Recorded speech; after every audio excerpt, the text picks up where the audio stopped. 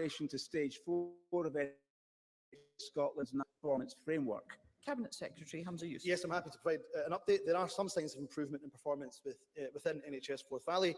An example in children and adolescent mental health services, we've seen some improvements in terms of waiting lists, not where we want it to be, but certainly there have been some improvements. This and other work has been taken forward by the Assurance Board and the external support team chaired by Christine McLaughlin.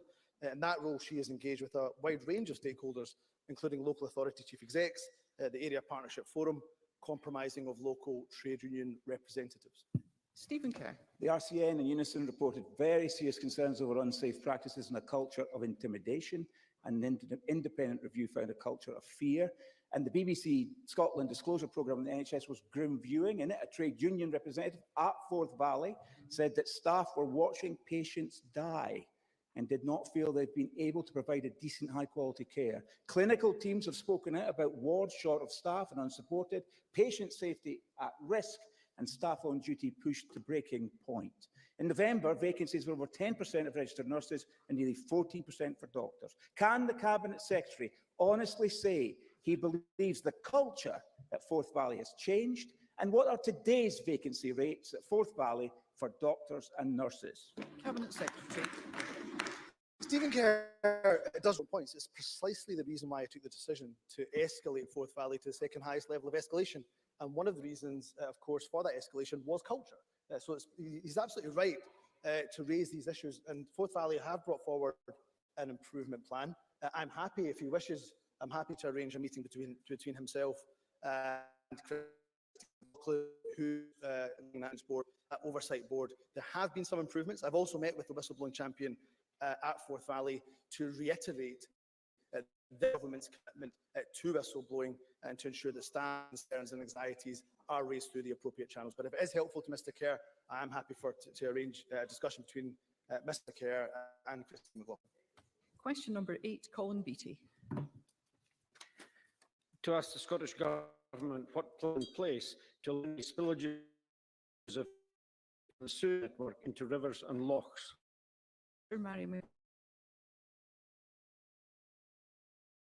And set out our long-term aim.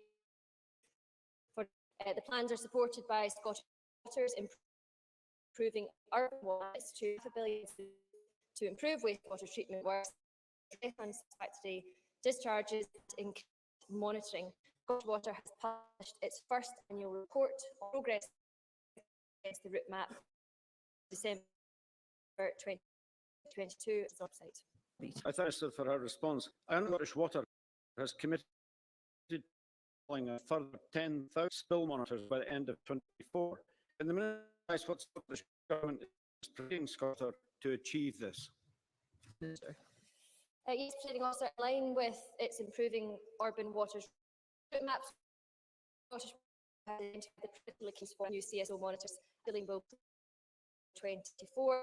Scottish programme, their investment programme, is supported by up to £1.3 billion of lending from Scottish Government across 2021 to 2027 period. And Presiding Officer, as it is, as this week we mark World Water Day and Scotland's role as a hydro nation, I should like to put on record my thanks to everybody who works in Scotland's water industry, who have seen our overall water quality at 66% compared to the equivalent figure of just 16% in England, who have 99% of bathing waters now classified as sufficient or better, and for the up to £147 million which is to be invested in further wastewater improvements by 2027.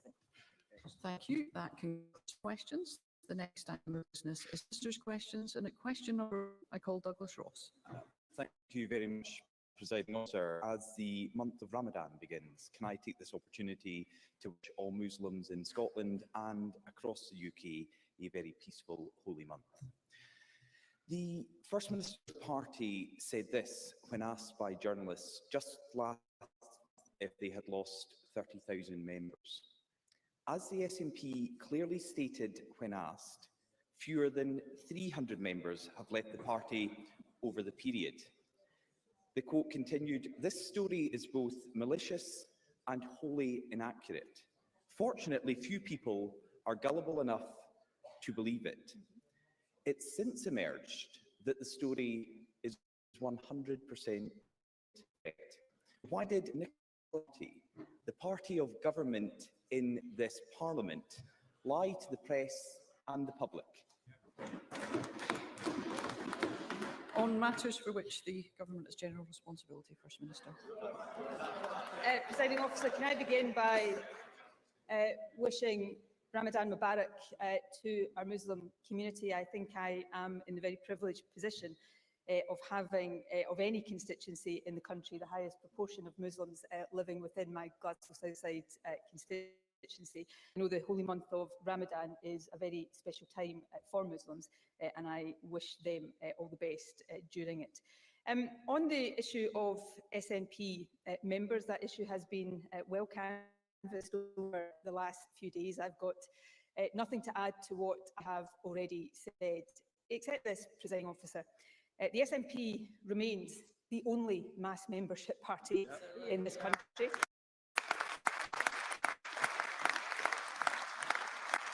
We have by far more members than any other party represented in this chamber. I think, sir, I can say with some confidence that the SNP has more members than all other parties in this chamber combined. However, I can't say that with absolute certainty. So let me say this finally to Douglas Ross. If he wants a conversation, a debate, an interaction about party membership figures, then that surely should be a meaningful one. Contrast. Before we go, will Douglas Ross share with the chamber how many members his party has? Douglas Ross. I thought it's very interesting. It's very interesting Thank you. that the First Minister... Thank you. Members, excuse me, we will hear Mr. Ross. It's very interesting that the First Minister speaks about confidence in numbers, because those seeking to replace her had no confidence in the numbers her party's chief executive and her head of communications issued to the press. And this is an important issue here in the Scottish Parliament. This is an important issue here in the Scottish Parliament. Excuse me, Mr. Ross. Mr. Ross is seeking to ask a question of the First Minister. Can we please do Mr. Ross the courtesy of listening? Thank you. Mr. Ross. And this is an important issue here in the Scottish Parliament for the Scottish Government, because they lied. They lied to the press and they lied to the public. That is absolutely clear. And Nicola Sturgeon is treating the Scottish public like idiots with this embarrassing defence. Mr. Ross, if I could just remind you of the requirement of all members to treat one another with courtesy and respect at all times. No,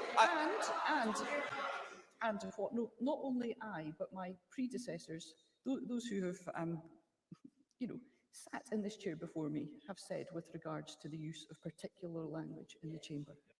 But I think everyone has accepted that the SNP lied over these figures. And the defence from Nicola Sturgeon is embarrassing. The SNP and their story went on like this. They said you don't have points of order. You don't have points of order during First Minister's questions. The SNP said the story. First of all, I will decide when we are and are not taking points of order. However, as is established convention, I will not be taking a point of order until the end of this session. Mr. Ross. Well, they don't seem to want to hear this, and I wonder why, Presiding Officer, because the SNP's story on these figures continued that the impression in the media was flat wrong. It was malicious and wholly inaccurate. They went on to say nobody was gullible enough to believe the reported reduction of 30,000 SNP members. But the truth is, the SNP as a party did lie. That's why their chief executive and the head of communications has resigned. So why would anybody be gullible enough to believe that Nicola Sturgeon was unaware of what her chief executive and the most senior members of her own party were up to? Before the First Minister begins, I will remind all members of the requirement in this chamber. We do not use the word lie in this chamber. First Minister. Presiding Officer, I think the only character that is being revealed in this chamber today is that of Douglas Ross. Now, Douglas Ross, as leader of the opposition, no doubt going to be a very long-standing leader of the opposition. Well, unless his party has something to say about that. He chooses the topics that he raises, and that is absolutely right and proper. But let it be noted today, for the people watching right now, that on this, my last appearance as First Minister at First Minister, Ross is not asking for health service, or education, or the economy, or climate justice. This topic he has 40 membership figures, so that is fine. If we are to have a proper interaction, I don't think Conservative, given yes events in the Commons, should be lecturing anyone about honesty and integrity. But coming back, if we are happy about figures, then before we go any further, perhaps Douglas Ross would answer the question posed last time: how many members of the party he knows to tell? Nicola Sturgeon started it. When you're on the backbenches, you get to ask the questions at FMQs. In your final one, you're supposed to answer. Now, the First Minister's farewell tour this week has been a masterclass in deceit and political spin. She was too busy, far too busy, to appear in front of the Scottish Affairs Select Committee, but somehow managed to eke out time in her schedule to sit down and loose women to debate the great offices of state and the matters of state with Janet Street-Porter. She says her party is experiencing growing pains. This must be the first time that growing pains have actually shrunk something. She claims that she's left her successor a brilliant foundation. First Minister, Mr. that's Ross. all that's left. The Mr. Ross. foundation, the house that Sturgeon, Salmond and Murrell. Sorry, I'm finding it very difficult to hear you from here. I would be grateful if we could hear one member at a time and only those members who I've called. Mr. Ross. I was just saying how the First Minister claimed to have left her successor with a brilliant foundation, but that's all that's left. The foundation, the house that Sturgeon, Salmond and Murrell built is collapsing. And the SNP have said it themselves. Party President Mike Russell admitted this week they are in a tremendous mess. First Minister, he's right, isn't he? First Minister. Well, firstly, if he wants to know about collapsing political parties, he should look at a poll about leaders' favourability ratings published this very morning. It does not make happy reading for Douglas Ross. But on the issue of priorities, Presiding Officer, and these are not the issues I have chosen to go on today, but Douglas Ross has chosen them. So if he wants to talk about priorities, let me point out that I am not the member of this Parliament that missed a veterans event to referee a football match.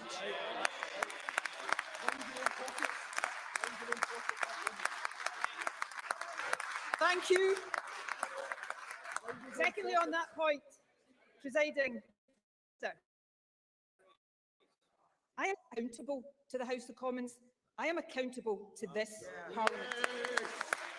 I know Douglas Ross has difficulty deciding which Parliament is more important to Scotland because he's got one foot in each. But I know which Parliament is most important to Scotland, and it is this one, our Scottish Parliament. And finally, Presiding Officer, I am proud of the record of the government I have led through some of the toughest times Scotland has faced in history. But ultimately, the only people who will cast a verdict on the record of my or future government are the people of Scotland. And in my time as First Minister, they have had 8 opportunities to do that. And on each of these 8 opportunities, they have voted for me, for the SNP and for my government. That's a record I'm very proud to stand on. Douglas Ross. Well, if the First Minister is proud of her record in government,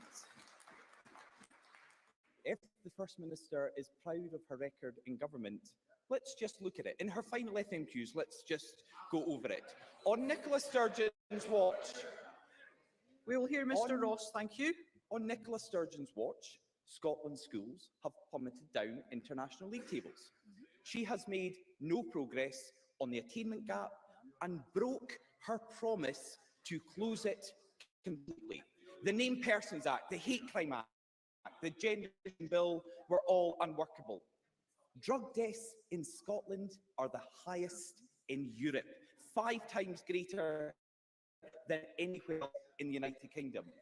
And right now, at this moment, 1 in 7 Scots is on an NHS waiting list. And on her final day in this chamber as First Minister, a cross-party committee of this Parliament delivered a damning report on ferries. They found that Nicola Sturgeon personally intervened to prioritise vanity over vessels, leading to huge delays and costing the taxpayers hundreds of millions of pounds. On these and so many other issues, Nicola Sturgeon ignores Scotland's priorities in favour of her obsession with independence.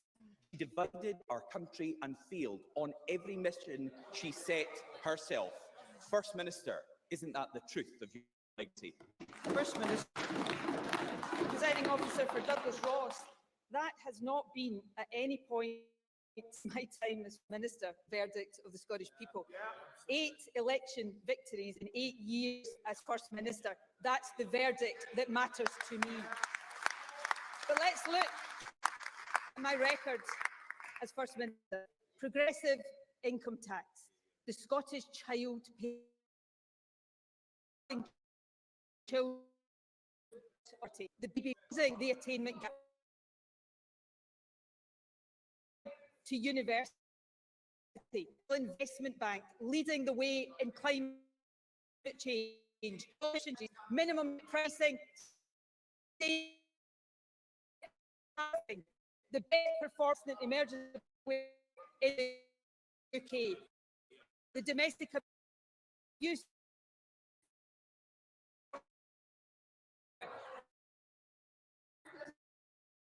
level of school spend per pupil anywhere. The highest number of teachers per head, 8% more teachers now than when I became First Minister. Free tuition for higher education, free bus travel for those under 22. I could go on and on and on, but I'm not going to, because this is my last session of First Minister's questions. Question number 2, Anna Sarwar.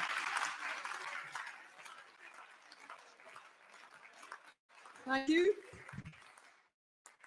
So can I join others in saying Ramadan Mubarak? It's a month of sacrifice, of reflection, and we remember those that are less fortunate, both here at home and around the world. However, we live in serious times with the economic crisis. I do want to ask about the finishing, just so I'm sure will be a hand document successor. And I think it's important to check she leads is in tray for the next First Minister. Because after 15 years of SNP government, there is not a single Scottish institution that's stronger now than party office. Very entrenched payment gap, the NHS crisis to decimated local services. Which of our government main failures does the First successor needs to address first? Minister. Well, with the greatest respect, Anna Sarwar is just wrong. I mean, let's look, first of all, at some of the institutions that didn't even exist when I became First Minister. Revenue Scotland, for example, making sure that we have the most progressive income tax system anywhere in the UK. Across the country, including drive now zero. The NHS, of course, facing real challenges of the COVID pandemic, but still with the best performing A&E departments anywhere in the UK. Tomorrow, I will be in Fife, opening our new National Treatment Centre there that will deliver more operations for people in Fife, and will soon be joined by national treatment centres elsewhere across Scotland. In education, more young people from the kind of background like mine going to university than has ever been the case before. A doubling of early years education and childcare. I think that is strengthening of many, many institutions. Does my successor have a tough job? Of course, because we live in tough times. But I've got confidence that whoever my successor turns out to be, whoever is standing here next week, they will continue to build on that record and they will continue to retain the trust of the Scottish people. Anna Sarwar. I know Nicola Sturgeon can try and take credit for lots of things. I'm not sure she can take credit for creating the National Health Service. I think that might have been a previous government. Now, Nicola Sturgeon likes to talk about records. Here are just a few set in her time, piling up in her successor's sky-high entry. Record A&E waiting times, with 1 in 7 Scots on an NHS waiting list. Record drug deaths, record vacancies for nurses and doctors in our NHS, record levels of children without a home, record levels of homelessness. I could go on and on, but seeing as it's our last First Minister's questions, I won't do that. It is hard to see how our successor will be able to fix these problems as they were sat round the cabinet table with her. The decision taken round the cabinet table resulted in over £3 billion of taxpayers' money wasted since 2007. That's £1,200 for every household in Scotland. And at the same time, they spent public money to build a culture of cover-up and secrecy, which is now beginning to unravel, all while Scots struggle to keep their head above the waterline. And given the scale of the challenges piled up in this entry, does the First Minister agree with 2 of the 3 SNP candidates that mediocrity, continuity and incompetence won't cut it? First Minister. Well, firstly, Presiding Officer, I never claimed to have created the National Health Service, but what I will claim to have done is help protect the founding principles of our National Health Service, because I was the Health Secretary that abolished prescription charges for everyone in Scotland, something that in all their years in government, Labour had never ever got round to doing. I also took a hospital privatised under Labour back into the National Health Service. On Anna Sarwar's £3 billion figure, I think we've already shown that in previous sessions of First Minister's questions to be utterly nonsense, but I'm not going to embarrass them by going back to the detail today.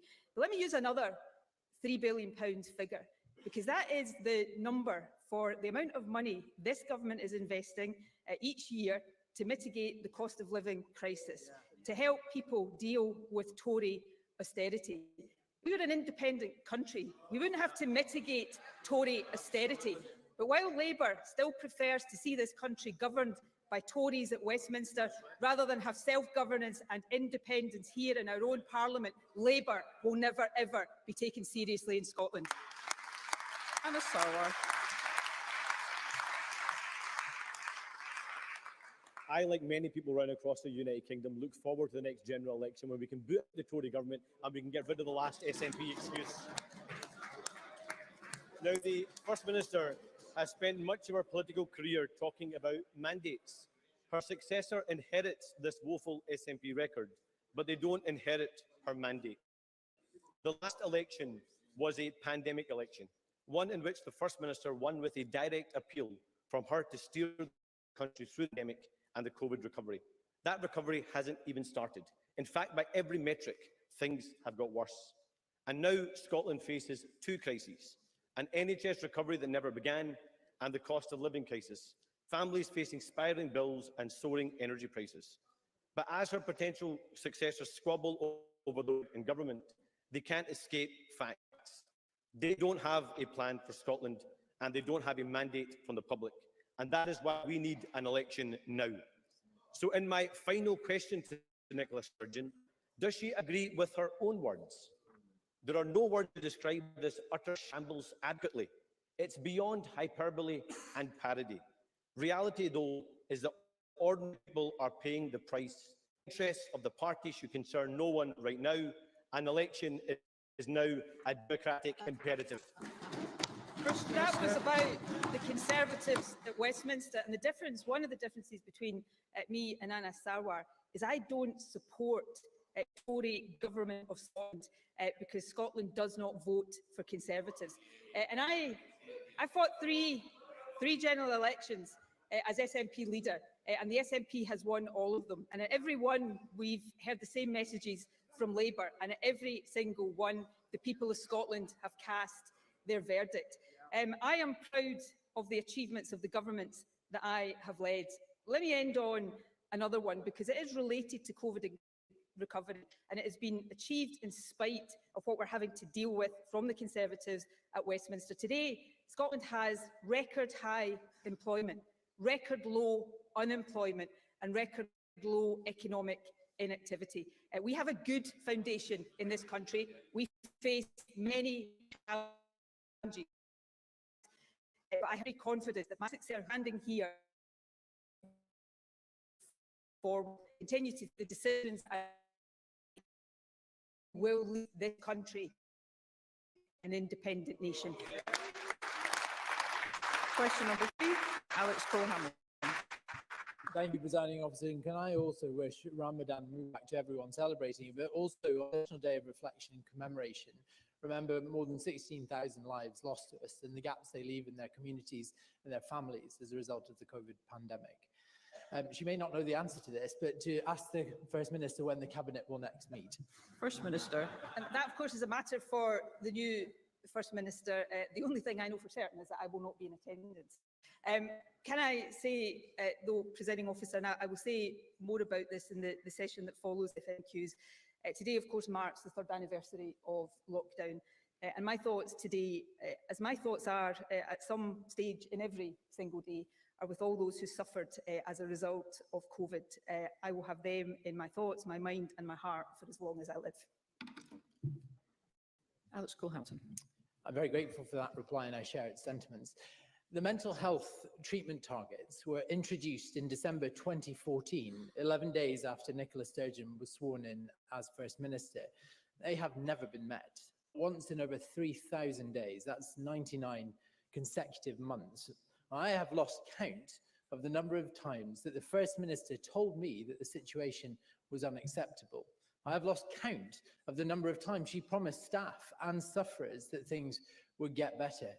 But in reality, Nicola Sturgeon quietly downgraded the Office of Mental Health Minister. Her finance department, headed by Kate Forbes, slashed £50 million from the mental health budget this winter. And her health secretary, Humza Yousaf, gave a personal promise to clear waiting lists for both children and adults by March 2023. Presiding Officer, look at the calendar. It's March. We are nowhere. There is a sea of human pain out there, so much unmet need. Don't just tell me that this is unacceptable. At this late hour, at the last and final time of asking, will the First Minister have failed Scotland on mental health? First Minister. What I will absolutely say is there is much, much more work to do on mental health. One of the things that has changed, certainly since I was and has changed even as I've been First Minister, is that we reduce the stigma associated with mental health. More people are coming forward. That is the thing. We must make sure the services are there for them. We have seen a significant increase in the budget for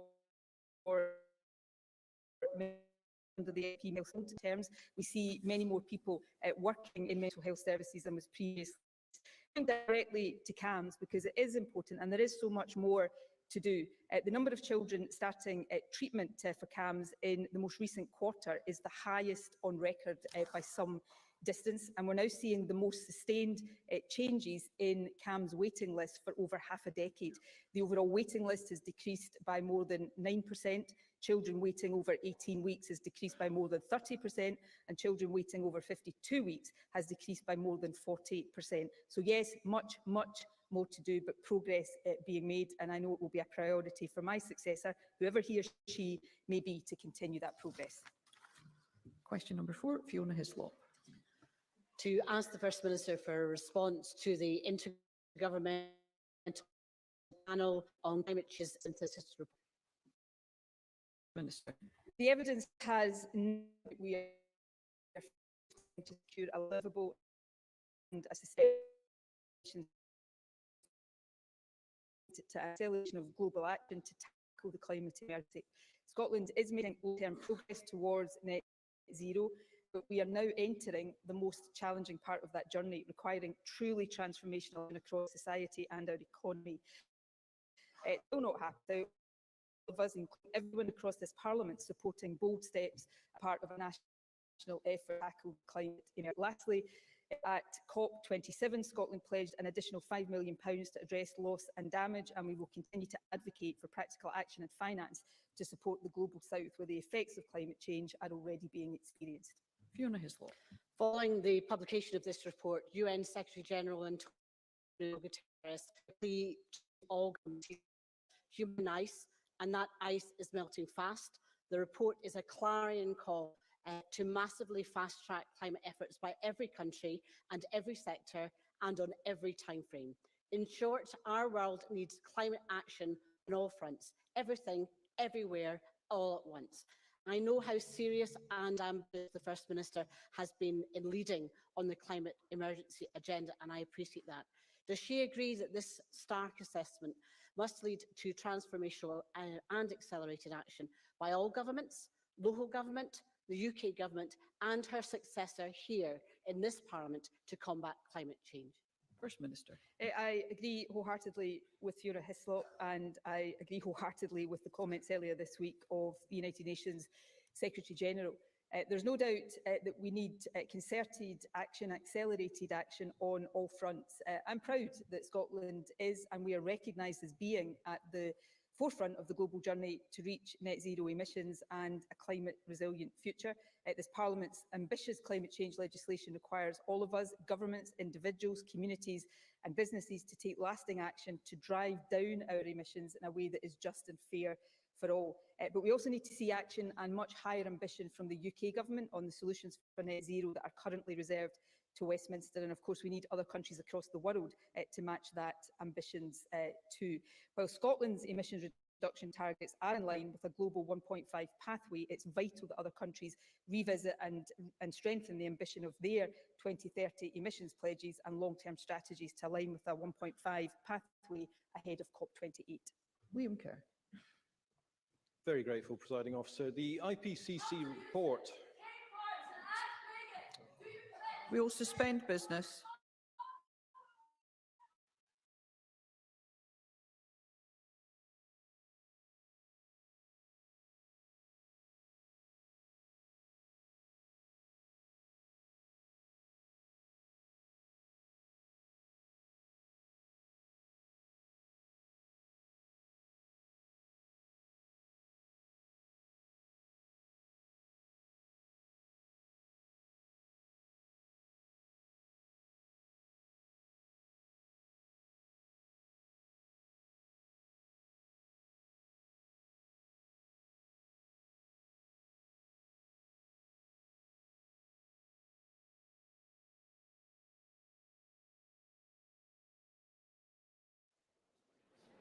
Okay, thank you. We will resume business, and I would ask Liam Kerr to begin his question. Thank you. Very grateful, Presiding Officer. The IPCC report made stark warnings about how, if we're to have any hope of tackling the climate emergency, we must look at all green generation technologies. Now, given that countries such as Japan, Germany and France are swinging behind nuclear-generated energy, which is a zero-emission clean energy source, isn't it now imperative that the First Minister's government looks again with an evidence-based and a science-led assessment at its knee-jerk banning of new nuclear in Scotland? First Minister. Can I firstly agree with the sentiment behind that question? We all have to up our action on this, and green energy generation is a vital part of it. But I don't agree on the question of nuclear. Nuclear energy is very expensive. We still don't know what to do with the waste long term.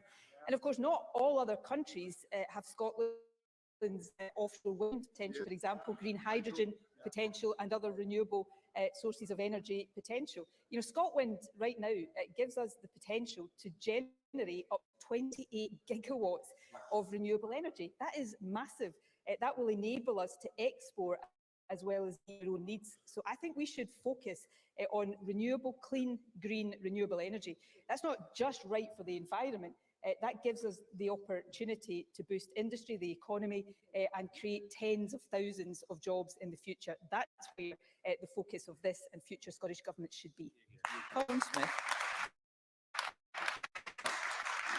Thank you, President Officer. This report is the starkest warning yet that while our world be fiddled, the world burns, and we're not on track to hold global warming 1.5 degrees. But does the First Minister accept that as she leaves office, Scotland is also failing climate targets? As the Climate Change Committee warns, Scotland is missing so many of those targets that it all come list. Now, given that transport remains the source of emissions, does the First regret the savage cuts made on buses on her watch mean will the dip in car use of 12%, the collapse in rail numbers over 40%, be as a priority for her successor to reverse that he made to those services? First Minister.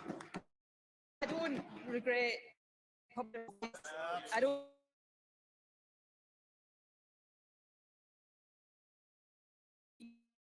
bus all young people under 22, encouraging people to use public transport. But I do agree that Scotland, like all other countries, must do more. Scotland is doing more to emissions and to tackle climate change than almost any other country in the world. I've been privileged to attend COP climate change summits over many years now, and there is a recognition for Scotland's leadership, if not here in this Parliament, then certainly amongst countries overseas. But the bar of world leadership is too low. Every country needs to do more, and we need to do it with urgency, and Scotland must continue to lead by example. Thanks. What is also a reminder that extracting every last drop of oil and gas today will condemn future generations to climate breakdown. Independent research commissioned through the Butte House Agreement has shown that North Sea oil and gas output will continue to fall, while a just transition can deliver an increase in jobs in the years ahead. So can I ask the First Minister, what kind of leadership do we need from the Scottish Government to ensure a future for both workers and the climate? First Minister. I think we need to continue the kind of leadership that we have been showing on this issue. I'm very clear, while I have the greatest respect for all those who work in the oil and gas sector, they have contributed hugely to Scotland, and we cannot make that switch overnight. We must accelerate the transition from fossil fuels to renewable energy. And as Mark Ruskell rightly says, even if we weren't facing the climate emergency to the North Sea, would mean that we have to accelerate that transition there. We must do it in a fair and a just way, but we have the potential to do that, and we should grab that potential with both hands. Question number 5, Stephen Kerr. Ask the First Minister what the outcomes have been of the Scottish Government defining mission to the poverty-related attainment gap. First Minister. Well, this government's commitment is to substantially related attainment gap in this parliamentary term, and good progress is being made. Level data indicated the biggest single-year decrease in the poverty-related gap in primary numeracy and literacy levels since records began. We are improving outcomes for young people impacted by poverty beyond school too. The percentage of 2021-22 school leavers in a positive initial destination is highest on record, and the poverty-related attainment gap is at record low depths since 2009-10. More young people from deprived communities secured a place at university. Previous Commissioner for Widening Access described our as an is being my bit on it. Objectively, best we can, the First Minister tried and failed. Because education in Scotland is record. Fewer teachers, technical education teachers, fewer computing science teachers, fewer language teachers, narrowing subject choice, plummeted down the international league tables, and on CA levels in primary schools, literacy falling, reading falling, writing falling, numeracy falling, a widening attainment gap, and falling attainment overall. Can she honestly stand there, hand on heart, and say that education was her top priority? First First Minister. And the Speaker asked me a question about outcomes. I'm just checking that that was the word in his question. So I gave him the data on the outcomes, and he obviously didn't like it. So he wants to talk about inputs. So let me talk now about inputs. When I became First Minister, the number of school teachers in Scotland was 49,521. Today, the number of school teachers in Scotland is 53,459, an 8% increase. In early learning and childcare settings, the numbers have increased as well. In Scotland, we have the most teachers per pupil in the UK, and education spend per person is higher than in either England and Wales. In Scotland, we have 7,573 teachers per 100,000 pupils. In England, where the Tories are in power, that is just 5,734. In Scotland, we spend £7,600 per pupil. The Tories in England spend just 6,700. Yes, I am proud of this government's record on education, and I really do look forward to seeing it being built on. Paul McLennan. Thank you, Presiding Officer. A recent Institute of Fiscal Studies analysis of Scottish tax and benefit reform found that lowest income families in Scotland are significantly better off, around £2,000 on average, as a result of this SNP Scottish Government's progressive tax and benefit policies. If this can be achieved with low powers, how much further does the First Minister think we could go if we weren't beholden to a UK Government with policies that directly undermine this Government's mission to tackle poverty? First Minister. Now, I thank Paul McLennan for that question. And again, and this may be the last opportunity I have to point out, it's really obvious how uncomfortable the Conservatives become in this chamber when we are talking about poverty. And I think that should be noted. The Institute for Fiscal Studies rightly acknowledges the impact that progressive are having for low-income families. They highlight, and I'm going to quote briefly, Presiding Officer, that the Scottish Government have made clearly a distributional choice to channel a lot more money towards low-income families with children in particular, and that has a meaningful impact on incomes. If I had to single out the thing I was proudest of, it is that, helping lift children out of poverty, in marked contrast to the approach of the UK Government's welfare system, where they push children into poverty. That's the difference, that's the contrast. Question number 6, Jackie Baillie. To ask the First Minister what action the Scottish Government is taking to tackle the reportedly high levels of delayed discharge, which are estimated to have cost over £161 million in 22-23 to date. First Minister. Earlier this year, we allocated an additional £8 million to support partners, 308 people to be discharged from hospital placement with a total from care placement. As part of the work of the Ministerial Advisory Group and Social Care Principles, tirelessly held boards and health and social care partnerships to ensure we are doing everything possible to support people out of the things and back into the community when it is clinically safe to do so. Delayed discharge substantially under the government is very well. The overall leaving hospital are discharged without any delay whatsoever. Jackie Baillie. Can I thank the First Minister for her response? Since she took office, over £1 billion has been lost to delayed discharge. At her very first FMQs, I raised cancer treatment delays. In 2014, 94.2% of patients started cancer treatment within 62 days with a maximum wait of 187 days. This is now declined to 74% of patients starting treatment within 62 days and a maximum wait of 326 days. The 31 and 62-day cancer treatment targets are at their worst ever. When the First Minister entered Bute House, 148 patients waited over 12 hours A&E. Now it's 6,600. 3,118 people were on waiting lists. Now it's 7,700 7,700. There were 6,200 children waiting for access to mental health services. Now it's over 7,500. Nurse vacancy have risen from 2,000 to almost 6,000. And in 2014, there were just 15 excess deaths. Now there are almost 4,000. Life expectancy in Scotland please, Ms. Bailey. has gone backwards on her watch, and that is shameful. And as if that wasn't bad enough, the First Minister gave us Hamza Youssef, we must have a the worst question. health secretary since devolution. Let me make one final plea to the First Minister. She gave a commitment 2 weeks ago to look into the case of 9-year-old Harvey Martin, who has scoliosis and urgently requires surgery. Desperate for help, Harvey sent the First Minister a video message and she has not yet replied. So before the First Minister leaves office, will she reply to Harvey and help him get the surgery he so desperately needs? First Minister.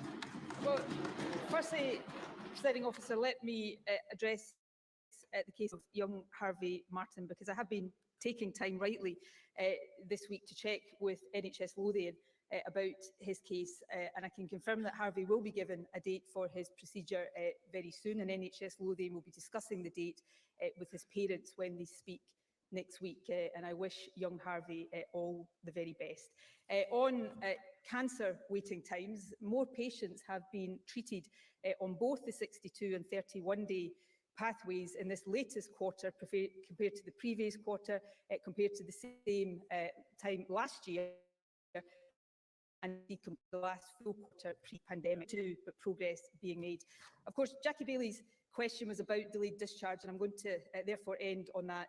Before I do, let me reflect on the fact that Jackie Bailey asked me my very first question as First Minister, and she is today asking me, if not the last question, then the last scheduled question on the order paper. Of course, when she asked me my question, she was standing over there as the principal opposition representatives. Now she is over there. That says a great deal about the verdict of the Scottish people in the intervening period, Presiding Officer. And of course, I'm still standing here, which also says a lot about the verdict of the Scottish people. But finally, Jackie Bailey likes to do comparisons. So finally, on delayed discharges. Today, there are around 1,700 patients as delayed discharge. Far too many. But to be clear today, that includes everybody delayed for any period of time, even an hour. When Jackie Bailey was a minister, when her party was on this side of the chamber, there were 2,200 patients delayed for more than 6 weeks in our National Health Service. That represented more than 70%, more than 70% discharge delayed for more than 6 weeks when Jackie Bailey was in government. Today, 96% of patients are delayed with no delay, are discharged with no delay whatsoever. More to do, Presiding Officer, but so much more, but so much progress made since Jackie Bailey and her party were in office.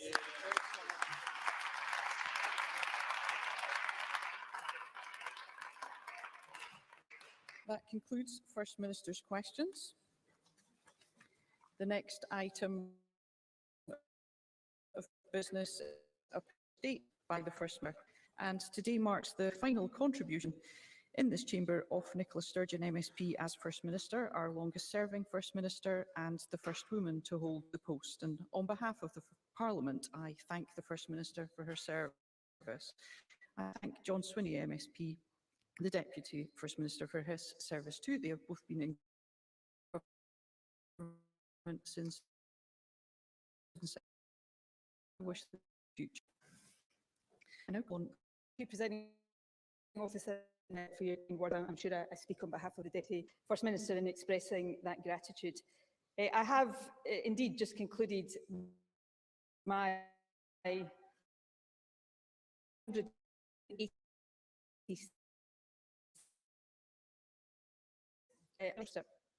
no matter what nothing, absolutely nothing will come close to the experience of the past 3,046 days. Being First Minister of the country I love has been a profound honour. I have led Scotland through good times, but also through the toughest period of our recent history. Exactly 3 years ago today, I stood at a podium in St Andrew's House and I asked the country to stay at home. My thoughts today and always are with those who lost loved ones to COVID, with those who live still on COVID, with our young people and so many of the normal experiences of growing up, and with everyone who endured the trauma of separation and loneliness. COVID shaped all of us. I know that it changed me, and in many ways, it defined my time as First Minister. Above all, it reinforced in me an abiding admiration for the people of this wonderful country who made such painful sacrifices to keep each other safe. In the toughest of times, our country showed the best of itself with love, care and solidarity, and that will live with me forever. Being First Minister has been variously, often all at once, challenging, exhilarating and exhausting. But every single day, without exception, it has been an utter privilege. I have set out already my reasons for stepping down now. I won't repeat them today. Suffice to say, I know in my heart that this is the right time. After more than 35 years, 24 years in Parliament, 16 years more than Minister, it is time for Nicola Sturgeon, the politician, to make it's to me to contribute in a different capacity to the causes I care so deeply about: gender equality, care experience young people, climate justice, and always, until the job is done, winning British independence. And no matter how difficult change may be, I know also that it is right for my party, the government, and our country that I now make way for a new generation of leadership. I have made my fair share of mistakes in the past 8 years, and of course there are things I wish I had done better or differently. But overall and overwhelmingly, I am proud of what has been achieved. The doubling of early years education and childcare, the Scottish Child Payment, widening access to higher education with a record number of young people from backgrounds like mine now going to university, minimum unit pricing, a policy that is saving lives, a mission-driven National Investment Bank, and putting the climate emergency at the heart of all we do. Policies will have a lasting impact. The first woman to hold office, advancing gender equality, has also been very close to my heart. My cabinet has always been gender balanced. This Parliament legislated for free period products and strengthened the law on domestic abuse. And less tangibly perhaps, but just as important, little in our country now has any doubt that a woman can hold the highest office in the land. I heard a phrase the other day that really struck a chord with me. When women lift, girls rise. I've tried as First Minister to put that into practice, and I will continue to do so for the rest of my life. Presiding Officer, there are countless people who have supported me along the way. Today I want to say a heartfelt thank you to just some of them. Firstly, to my family. Nothing, absolutely nothing would be possible without the love and support you give me daily. To my extended family, the SNP, the party I joined at 16 when, on a good day, we would hit 12 in the opinion polls. We've come such a long way together as a team. Let us keep going, serving Scotland together as a team.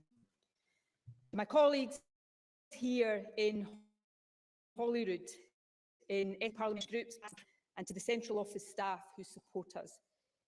To all of my ministerial colleagues over the years, and especially to John Swin, the best Deputy First Minister and the best friend of what journey. Staff at HQ who have built a formidable campaign operation, enabling us to win 14 national elections since 2000. constituency of particular Pauline, Harry Hunter, Carolyn McConville, Irfan, and Nikita Bassi. You've had my back throughout, and you work tirelessly every single day to help me represent the people of Glasgow South Side. And to my constituency party and to my constituents, thank you so much for putting your trust in me time and again. To my special advisors, you have given your all to me and caused building a better country. You've been led by two outstanding Chiefs of Staff, Liz Lloyd and Colin McAllister. To our partners in the Scottish Green Party, I am very proud of the Butte House Agreement. Thank you for joining us in government. And to our brilliant civil service, Scotland is so fortunate in the integrity, impartiality and professionalism of our civil servants, and I am privileged to have been served by some of the very best. I thank each and every one. But let me make special mention of those who have served in my policy unit and in my FMQ team. The latter, especially on Wednesday evenings and Thursday mornings, really the worst job in government. For the avoidance of doubt, presiding officer, the good answers have always been down to them. The bad have been all me. Finally, I want to thank from the bottom of my heart three groups of people who, because of the nature of the jobs they do, have probably spent more time with me over these years than with their families. At least I'm sure that is how it has felt. So to my security team, thank you for keeping me safe. To the wonderful Butte House staff, thank you for always making me feel at home. And to every private secretary, diary secretary, correspondence secretary, to the visits and events team, to the communications and camera teams, to everyone in my private office who has supported me over 16 years in government, thank you for keeping me going. Obviously, I can't name everyone, much as I'd love to, but there are a few I do want to mention. My longest serving Principal Private Secretary, John Summers, and the current incumbent, Chris Mackey. And last but not least, three very special people who individually and collectively have been with me for almost all of my time as First Minister. Three people who were the core of COVID, coming into the office while others stayed at home to give me the support I needed to do my job. Nicola Dove, Patrick Crowler, and Gary McGee. You three will never know how much your care, kindness and humour have sustained me over these years, and I am so going to miss you. Presiding officer, as I come to the end of my last speech here as First Minister, some final reflections. To you, I am sure you're hoping for a new First Minister whose answers on a Thursday lunchtime are not quite as long-winded as mine. Thank you for your patience. To my colleagues across this, robust debate and holding government to account are the hallmarks of what we do in here. That is as it should be, and let me thank those in other parties for that. But maybe, just maybe, we might actually enhance our democracy if occasionally we, all of us, treated each other with kindness too, if we remembered that we are hot enemies. And to my successor, next week we will find out whose portrait will go alongside mine on the stairwell of Butte House. Subject to this Chamber's approval, it will either be Scotland's second female First Minister or the first from a minority ethnic background.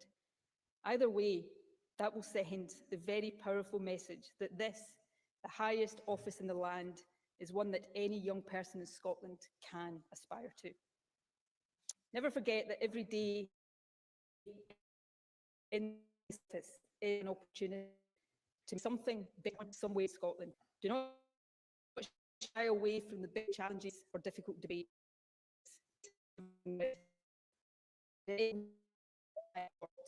Than not at all. Of strength, energy and wisdom from the people of this wonderful country. And it is now to the people of Scotland, all of you, whether you voted for me or not, that I reserve my final words from this seat. Thank you so much for placing your trust in me. Words will never adequately convey the gratitude and the awe I hold in my heart for the opportunity I have had to serve as your First Minister. It truly has been the privilege of my lifetime. And with these words, Presiding Officer, I draw it to a close.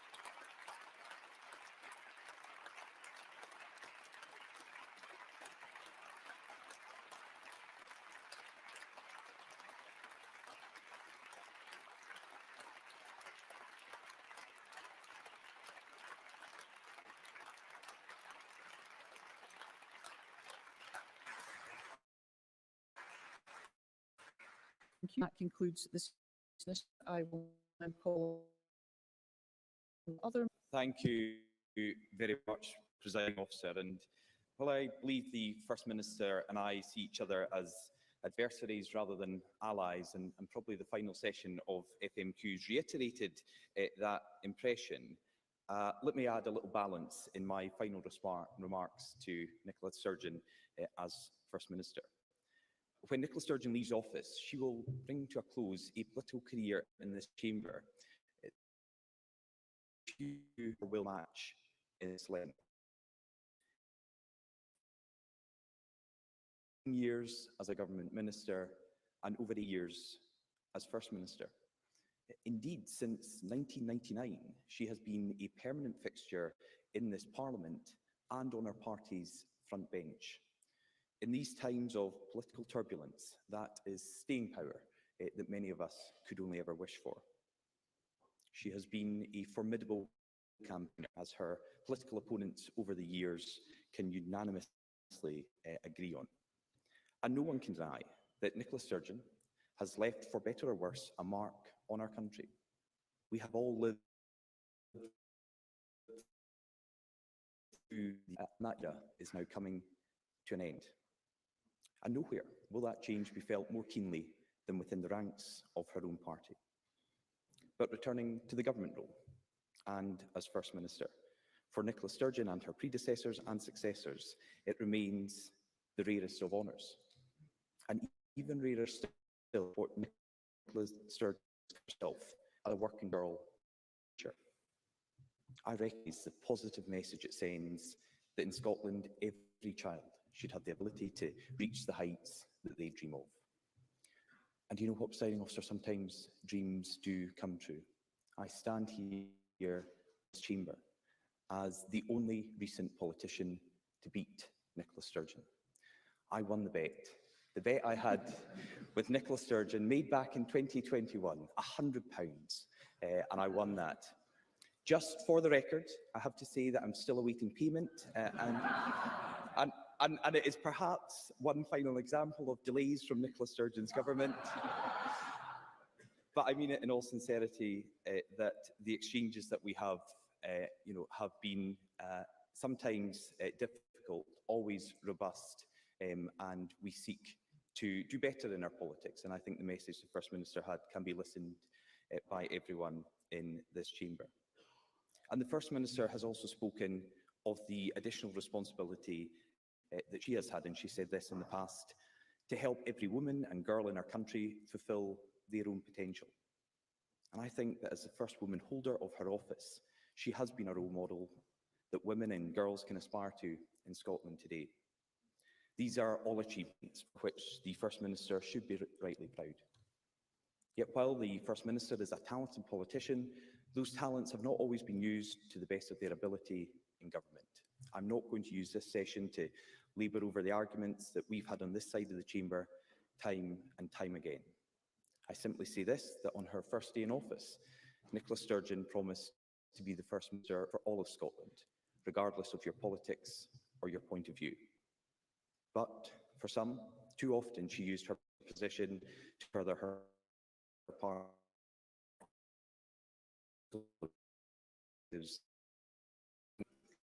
However, that holding the high office is a great burden and I think it is right that on this all days we acknowledge the difficult responsibilities that the COVID pandemic placed upon those in power, and along with First Minister record our thoughts on this side of the chamber for everyone who sadly lost their lives and those who continue to mourn the loss of loved ones.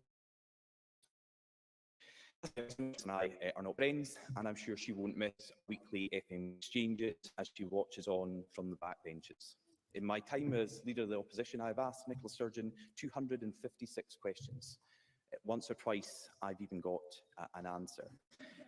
But away from this chamber, I know that political leadership also takes a personal toll on those who attain the highest office, and it takes a toll on those closest to them as well. I think we could all see that the thanks that the First Minister gave to her family and her staff were difficult for her to articulate, but are keenly felt. There will have been countless times that the First Minister will not have been able to be there for her family and her friends as she put the demand of leadership first. That in standing down, the First Minister will be able to take comfort from having more time for family, friends, and of course her passion. So on behalf of this side of the chamber, while we have passionately disagreed with Nicola Sturgeon over the years and no doubt will continue to do so into the future, we wish her well as she leaves the office of First Minister and forever the future holds for her.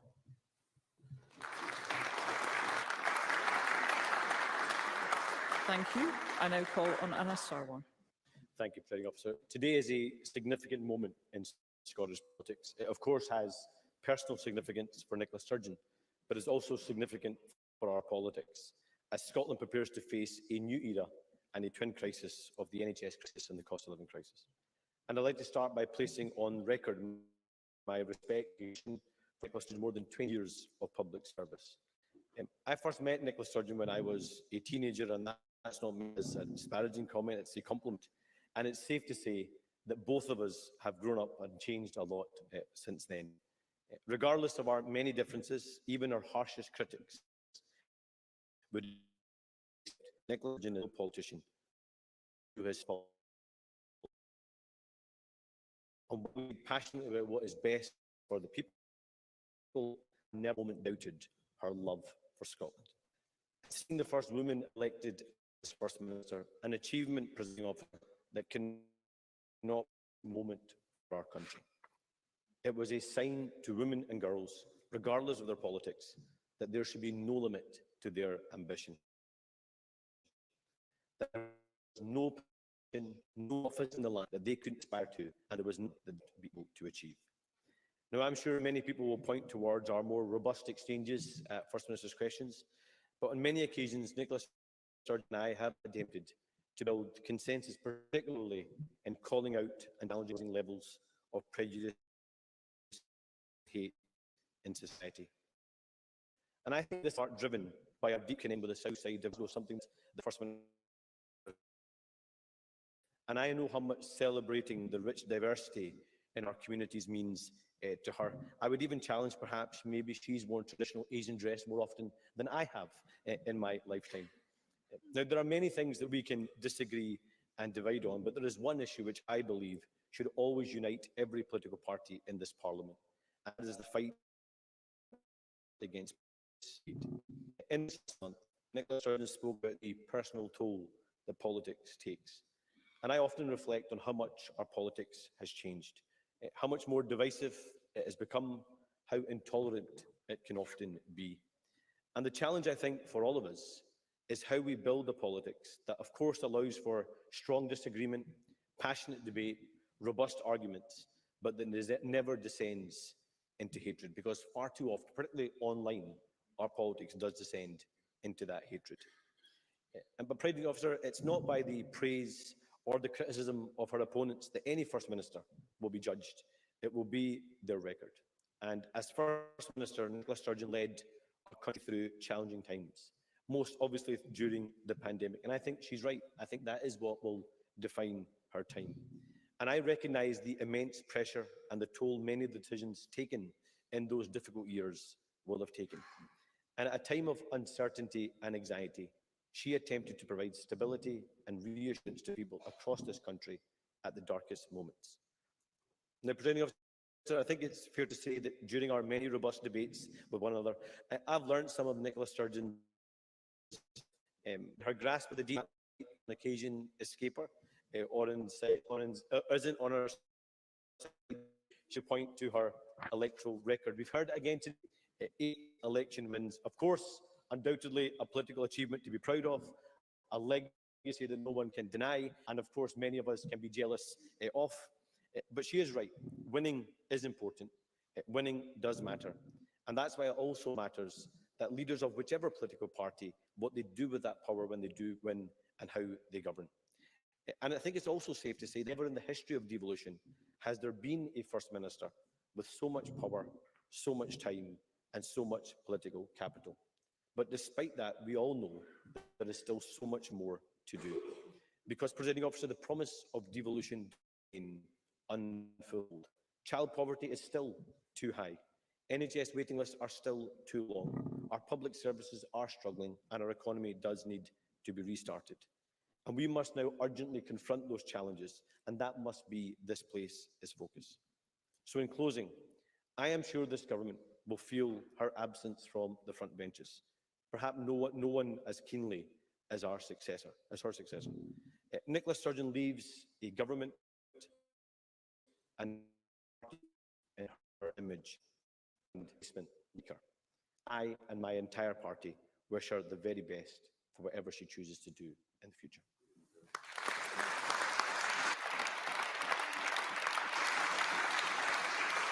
Thank you. I now call on Patrick Harvey.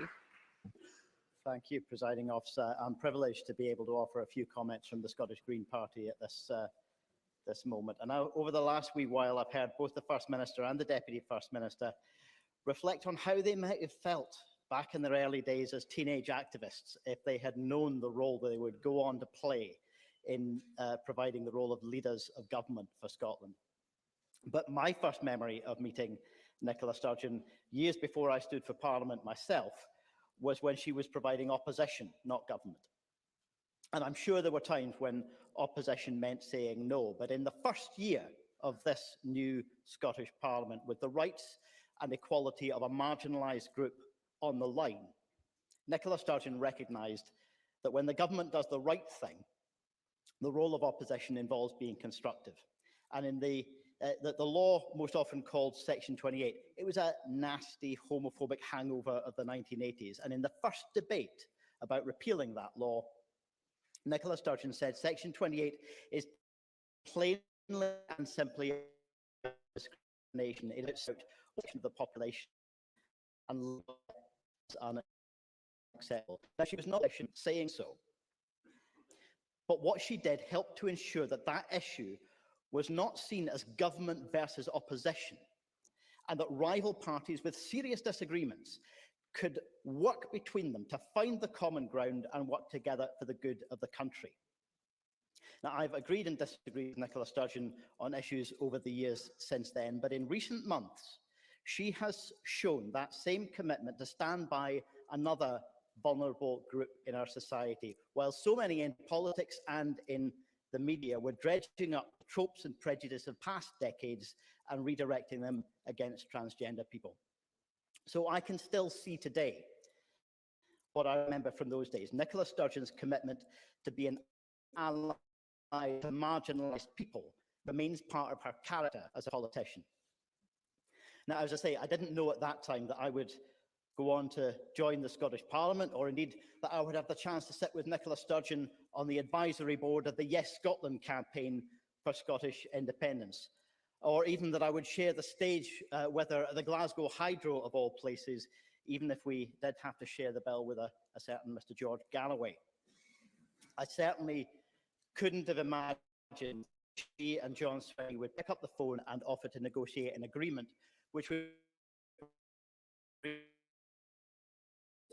into government for the history, justice and values, and in doing so, infuriating right-wingers, vested interests, polluting industries, and even one or two of their own backbenchers.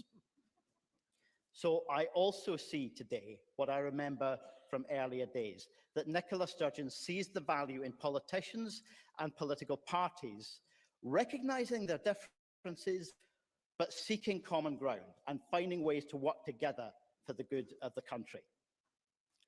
Presiding Officer, on this day of national reflection, we all share the sentiment Nicola Sturgeon expressed a few minutes ago. And as for the things that her time as First Minister will be remembered for outside of the political bubble, I think for most people it will be her leadership during a pandemic that changed all of our lives.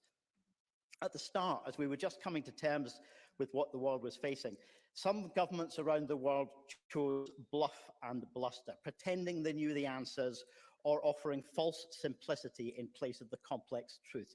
Nicola Sturgeon made a braver choice. Be clear about what wasn't known and to express the same fears and uncertainty that we all felt. Throughout the pandemic, she not only fronted up the Scottish Government response on an almost daily basis, but she did so with honesty, clarity, and humility. And by doing that, she earned the public trust. So, Presiding Officer, whatever the future brings, I thank both Nicola Sturgeon and John Swinney for their service to Scotland. I wish them very well, and my highest hope for them is that they continue to find ways to infuriate all the right people.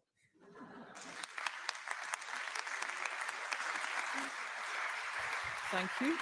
I now call on Alex Cole-Hamilton. Thank you very much indeed, Presiding Officer. Presiding Officer, those of us who seek a life in public service must deal with events and times as we find them, not as we would wish them to be. Regardless of what circumstance throws our way, it is incumbent on all of us, for us, to for our community. So doing, try always to reflect the natures of the people that we seek to serve. As the first woman to achieve this office of First Minister, Nicola Sturgeon has provided inspiration to the women and girls who will doubtless follow her to this, the highest office in the land.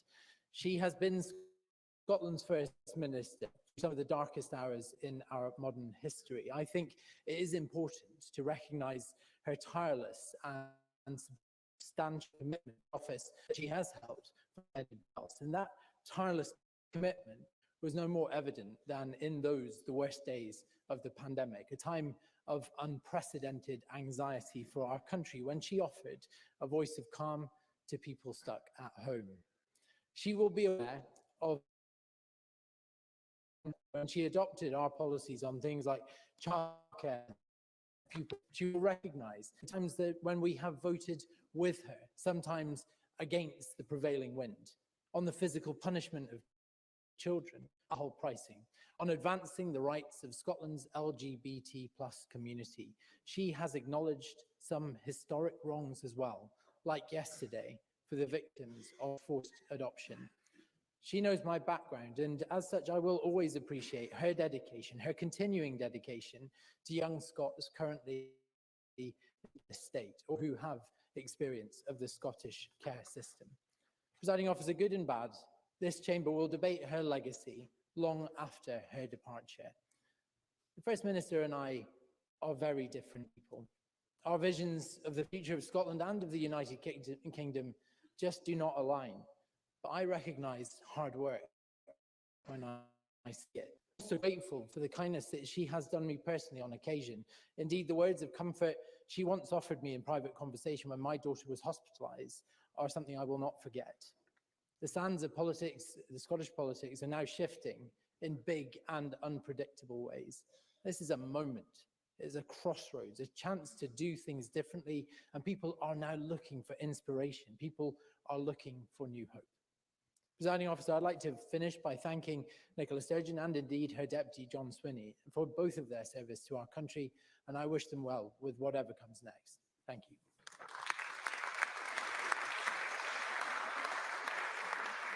Thank you. I now call on Emma Roddick.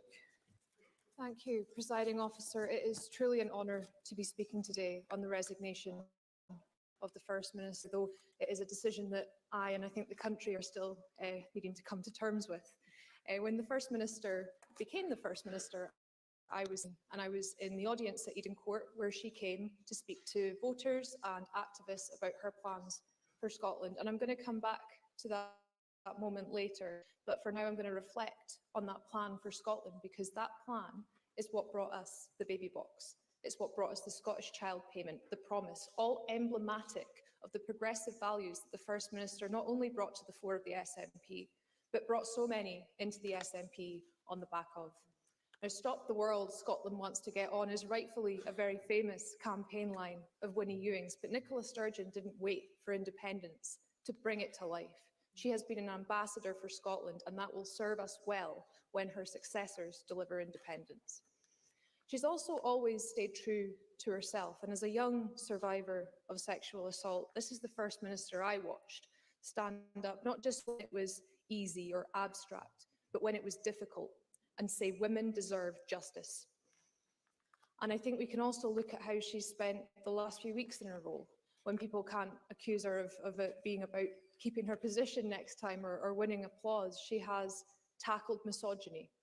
She has delivered a very moving apology for historic adoption practices, and of course, spent time with the care-experienced young people of Scotland, to whom she was the first to say the state does not just owe them a home, we owe them our love.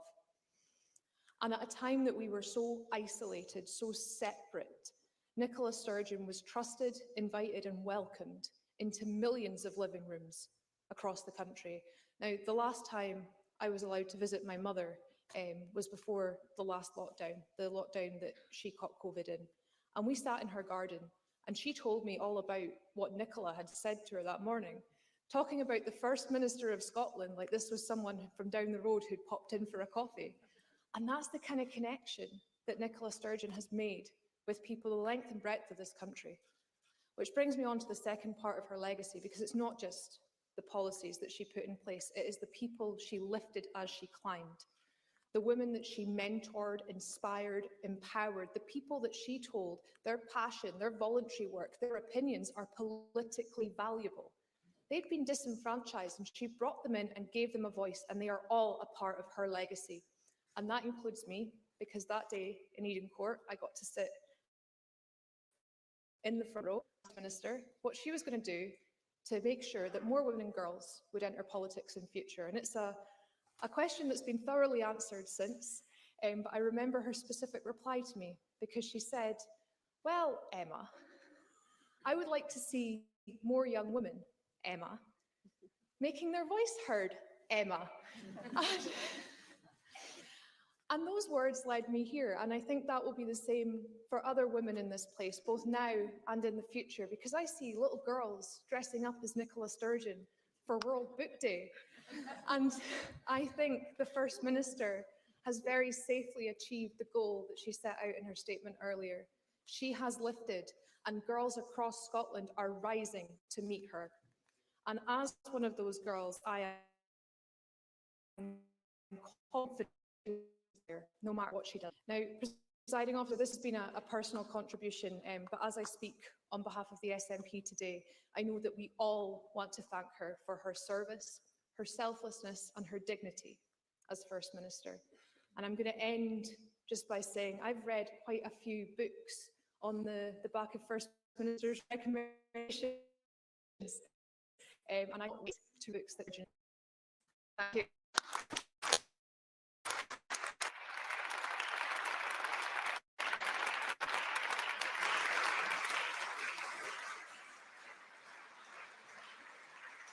Thank you. And I call on Nicola Sturgeon, First Minister. Thank you, Presiding Officer. I am going to be brief. Firstly, because I know everybody wants to go and have lunch. But secondly, I'm not sure that I can go much further without crying. So just to say from me to colleagues across this chamber, thank you for your generous comments. They mean a great deal to me, and I deeply appreciate them. To Emma, Emma, I remember that exchange really well, and I cannot tell you how proud I am of you that you now sit in this Parliament, positive contribution, and who knows, one day stand here at this place in our Parliament. Thank you for that contribution. Emma's is one of probably thousands of interactions I've had with girls and young women across these 8 years of my time as First Minister. And if I have encouraged even just a few of them to believe more in themselves and to stand a bit taller, then I will be very happy because that means a great deal to me.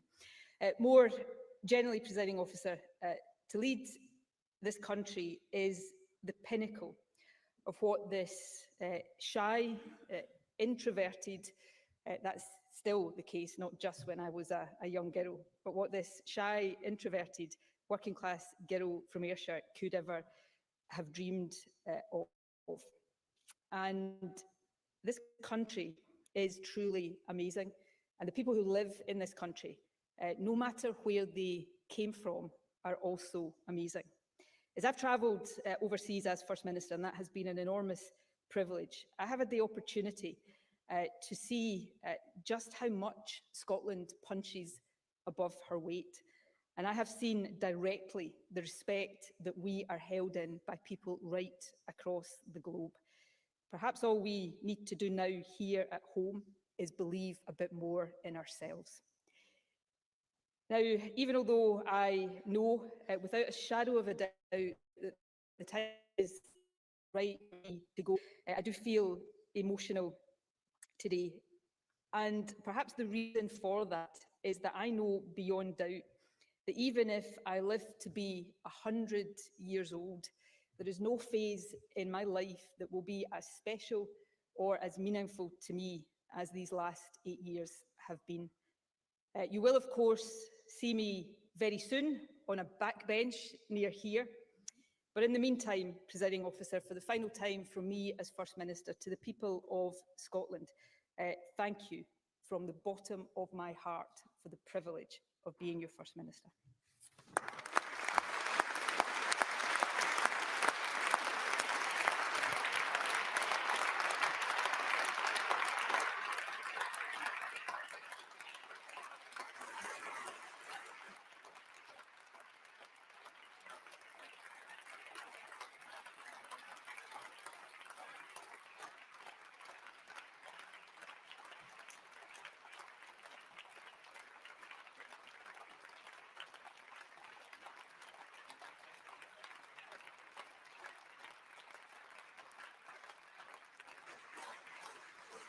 Thank you.